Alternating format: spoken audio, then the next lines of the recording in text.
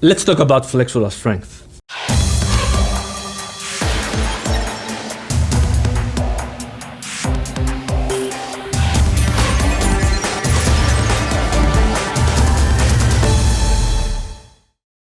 Many product brochures emphasize a product's flexural strength.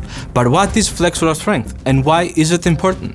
Flexural strength is one of many properties that determines how much force a material can handle before breaking.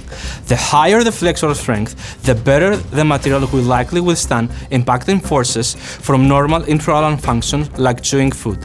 This is important for all restorations, but especially in the posterior as they bear a lot of stress.